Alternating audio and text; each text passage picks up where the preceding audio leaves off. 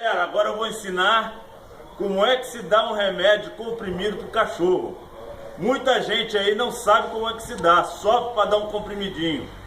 Vamos lá, é assim que se faz, ó.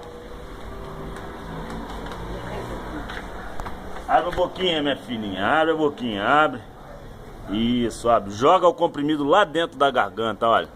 Lá dentro e empurra com o dedo, ó. Ó. Aí, pronto. Pronto, já passou. Alisa um pouquinho o pescocinho para ela saber que você não tá maltratando, só tá fazendo carinho. Pronto, acabou. Finalizamos. Valeu? Curte aí, dá seu like. Se inscreva no canal.